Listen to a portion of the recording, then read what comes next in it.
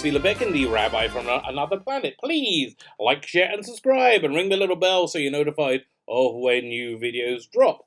And I'm a very tired Rabbi from Another Planet right now. I got up at like 5:45, but I woke up early. I woke up more like 4:45, and I was too scared to fall back asleep because I don't want to sleep. Why am I up so early? Because the day is the 7th day of the Jewish holiday of Sukkot. I've talked about it on many other videos. It's a weird one. This is a weird one even for Jews. We make a little hut that we live out in. Well, have all our meals out. You're supposed to sleep there. You can see the stars. It's like everybody have these little huts outside the house. And you get during the prayer services, you have this like large palm frond and a lemon and some myrtle leaves and some, I don't know what they call it. They call it a ravat. I don't know what they are in English. Willow leaves maybe. And you shake them around, right? Okay, that's weird. But then the weird thing is, which is very hard for Jews, because Jews have a terrible sense of rhythm. You know, no one's ever going to say, "Oh, but at least they have natural rhythm" about Jews, where you say a responsive like 24 verses while walking around the middle of the synagogue. The thing that stands in the middle of it is called the bima. It's where they read the Torah. It doesn't matter. That's hard enough. Okay, that always works out disastrously. But today is the final day of this holiday, and it's called Hoshana Rabbah, and it's essentially when the one has a range of fates for the year, depending on one's actions. But basically, your basic range of fates are nailed down in this time of year. So in Jewish tradition, this is when the non-Jews have their fates nailed down for the coming year.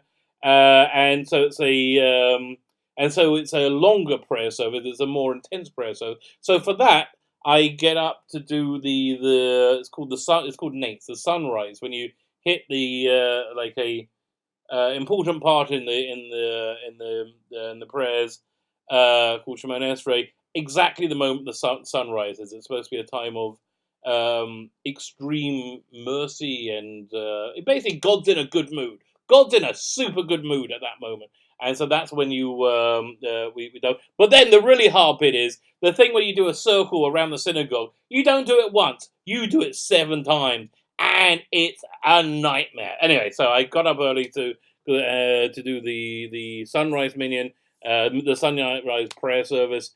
And and hopefully it'll be a bit quieter, but it wasn't, and it's always a disaster. Anyway, and then to end it, you get a bunch of like 5, I think, willow leaves, and you beat them on the ground, and it looks. If you ever seen 40 Towers, the one where he's having a gourmet night, and the chef gets super drunk, so he has to run out in his car, which is dying to get good food from another restaurant, and the car dies, and he Basil 40, John Cleese runs out and gets a large twig and starts beating the car. No, you can't. So it's much like that. So that's why I'm a tired rabbi from another planet today. And so today is Sunday. I keep the Sabbath. This is way more Jewy than I thought than most of my videos are. But I keep the Sabbath. So normally when you don't use electricity directly, so I'm offline. From Friday night to Saturday night, right? And so Saturday night, we go back online, we check our emails, or look at Facebook, and I look at YouTube and see what's happening, and which leads me to the point of this video.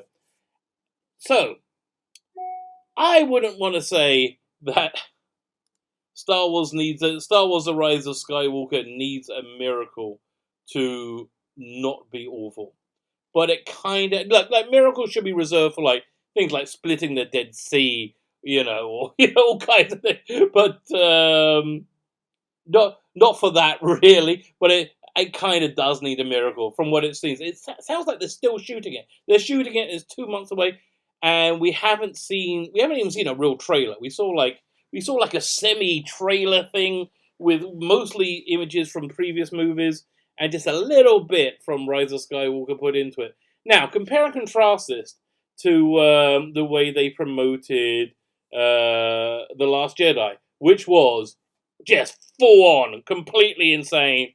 They showed, which I now think was a complete complete bluff, because they knew they had a stinker on their hands. I think they did the same thing with Captain Marvel as well. And though they bullied the cinema chain into having to keep that piece of dross in theaters for weeks on end, and basically did everything to circumvent the simple fact that the audience is going to hate that movie. And surprise, surprise, the audience hated that movie. How much did the audience hate that movie? I think it certainly made Solo tank, and I think it is probably making the Star Wars theme parks they have in Disney World, Galaxy's Edge. I think they're making them underperform and fail because that movie sucked the life out of Star Wars.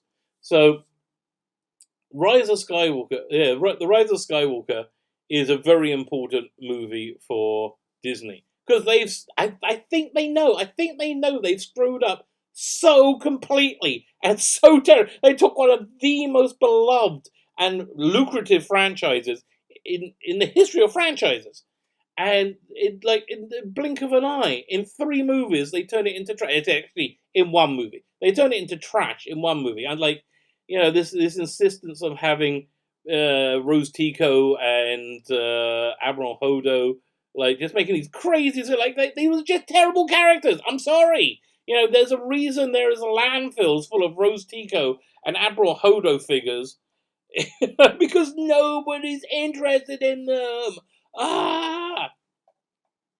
So anyway, Rise of Skywalker, I think they're terrified about, and the rumors are that they're still shooting it, and they've shot it maybe 2 or 3 times. They've done 2 or 3. There's so many different components to it.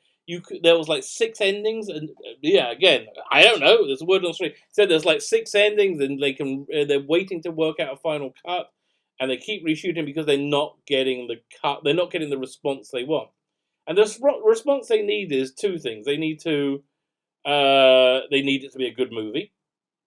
They need to reinvigorate.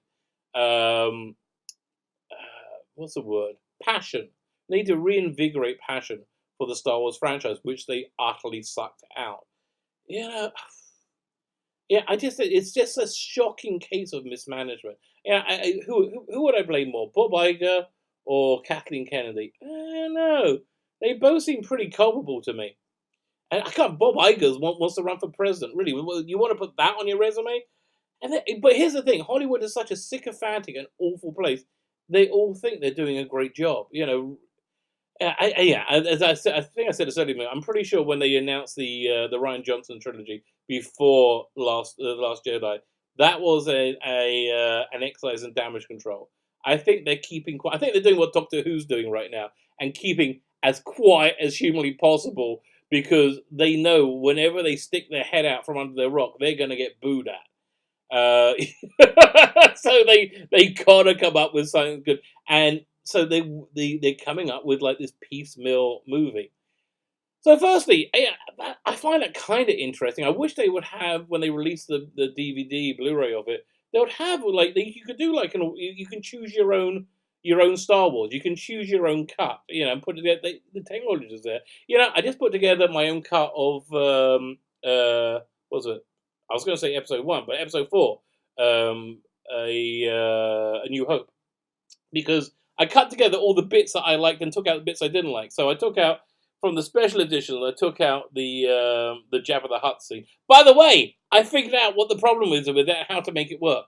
Okay, the Jabba the Hutt scene. Firstly, the CGI is horrible. It just doesn't work very well. It's good. Well, how was it? 20 years ago now. CGI is not very good. But the real problem is that when they shot it, they had an actor there playing Jabba the Hutt, and they were going to mat in a model over it, a stop motion model, which I think would have looked charming.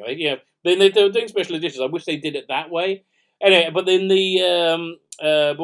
but they had Harrison Ford walk around Jabba the Hutt, and his look hadn't been worked out yet. It was only worked out in Return of the Jedi. He was a giant fat, slug monster thing. So when Han Solo walked around Jabba, his tail got in the way, so they couldn't work out what to do. They said, you know what? Let's have him just step on the tail, and it just doesn't work. It doesn't work at all. It just looks stupid. So I cut that out. But you know what? You know how how they should have done it if they wanted to work. They should have had Boba Fett or whatever, his bounty hunted minions there waiting by the Millennium Falcon. And instead of having Jabba there, have a hologram transmission of him there. Then he could have walked around him and it would have been fun. But I cut that out.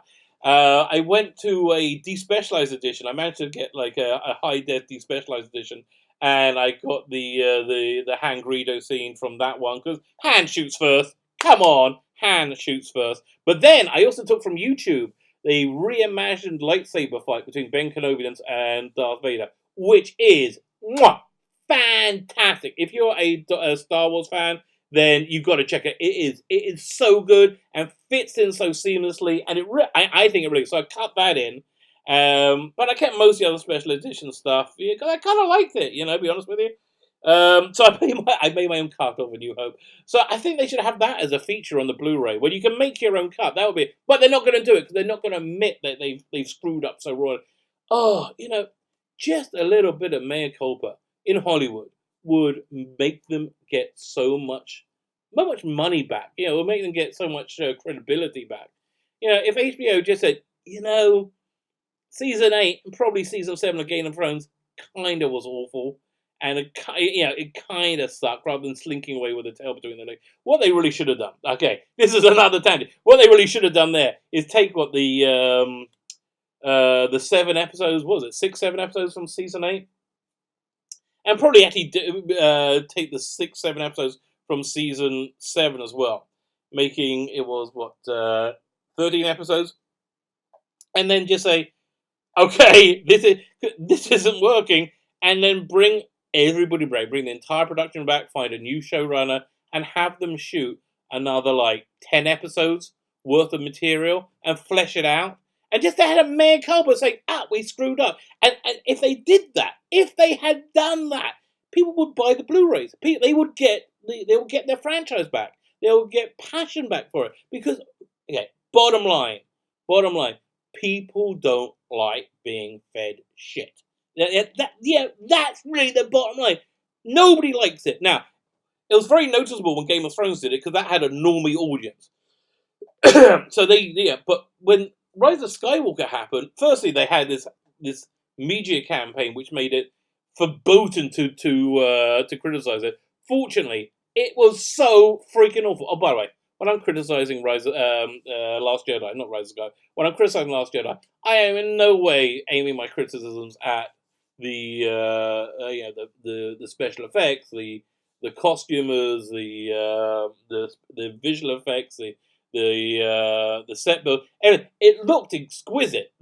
Everybody did a fantastic job, apart from Rian Johnson and Kathleen Kennedy.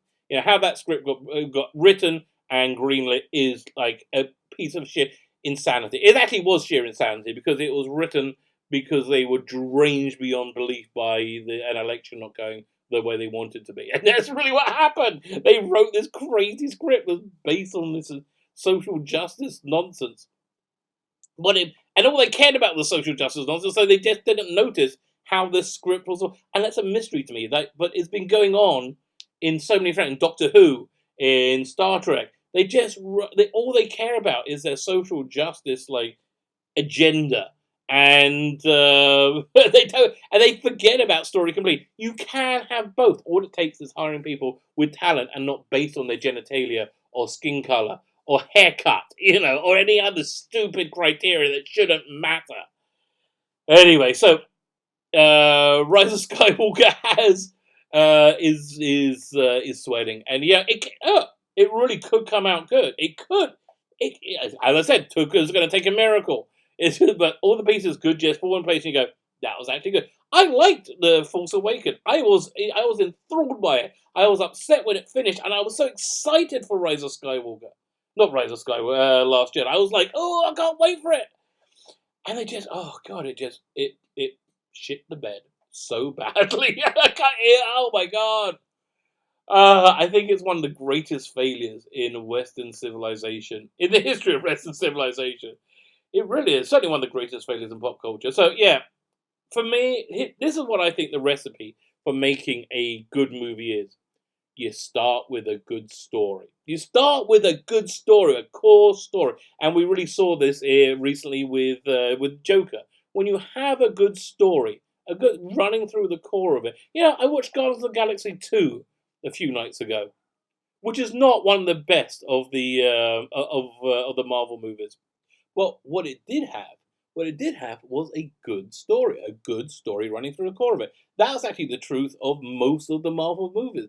Reason people went back over and over again to see Marvel movies was because they were all enjoyable experience with incredible spectacle. But at they had those great stories, those incredible stories, those iconic stories that an entire generation grew up with. Yeah, those stories are fantastic, and they reproduce them like with respect. They reproduce them lovingly.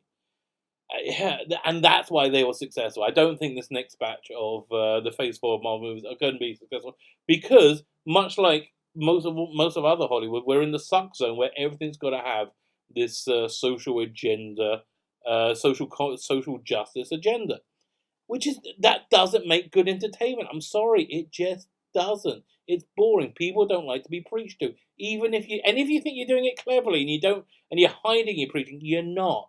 You're not. So, so back to Star Wars. I don't know if this movie's going to be good. It could be. My guess is it doesn't have a good story going through. It didn't. It didn't have a core story that they then lovingly told. They had moments which they're stitching together and hoping that they don't offend anybody.